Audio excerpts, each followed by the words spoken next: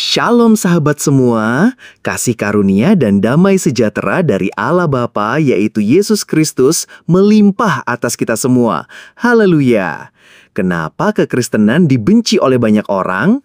Hal ini yang akan kita bahas pada pertemuan kali ini. Alkitab itu sering banget ngomongin kalau cara hidup orang Kristen itu nggak sama dengan kebanyakan orang di dunia. Mereka diajarin buat mengasihi musuh, rendah hati, nggak gila-gilaan sama harta, dan justru lebih fokus ke hal-hal rohani daripada yang kelihatan mata. Nah, ini kadang bikin orang lain bingung, bahkan bisa jadi sebel. Gimana enggak ketika semua orang sibuk ngejar kesenangan duniawi atau kekuasaan, orang Kristen malah diajak buat lebih mementingkan kerendahan hati dan pelayanan. Ini kan jadi nyeleneh sendiri. Contohnya, di Yohanes 15 ayat 19, Yesus bilang gini, "Sekiranya kamu dari dunia, dunia akan mengasihi yang menjadi miliknya. Tetapi karena kamu bukan dari dunia, melainkan Aku telah memilih kamu dari dunia, sebab itulah dunia membenci kamu."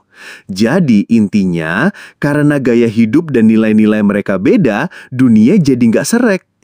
Salah satu ajaran utama di kekristenan adalah Yesus Kristus itu satu-satunya jalan menuju keselamatan kekal atau surga.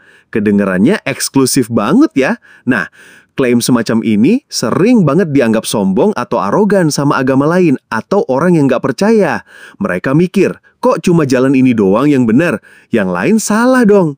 Ini bisa menimbulkan gesekan dan kebencian, karena banyak orang merasa kepercayaan mereka diremehkan atau dianggap nggak valid.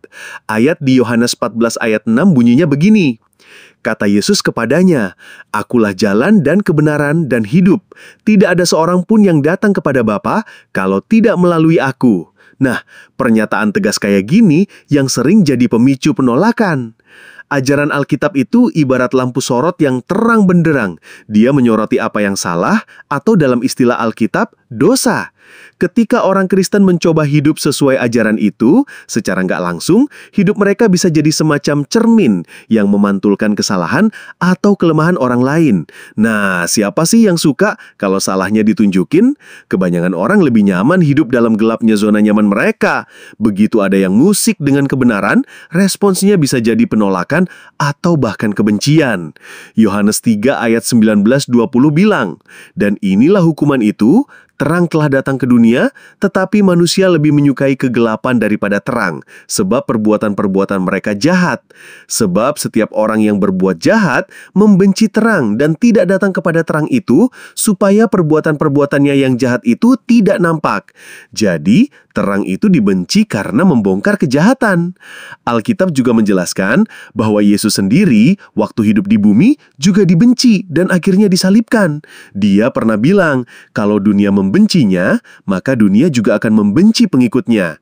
Jadi, kebencian yang dialami orang Kristen itu kadang semacam warisan dari apa yang dialami Yesus sendiri. Mereka dibenci karena mereka mengidentifikasikan diri dengan sosok yang memang sudah dibenci terlebih dahulu oleh banyak orang.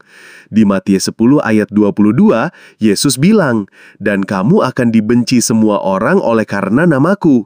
Tetapi barang siapa bertahan sampai pada kesudahannya, ia akan selamat." Ini jelas banget kalau pengikutnya akan mengalami nasib yang sama. Intinya, kebencian itu bukan karena orang Kristen sengaja nyari musuh, tapi lebih karena cara hidup dan kepercayaan fundamental mereka yang sering bertabrakan dengan nilai-nilai dunia pada umumnya.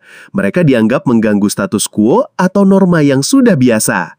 Yesus Kristus, Allah Bapa itu sendiri, memberkati kita semua. Haleluya. Amin.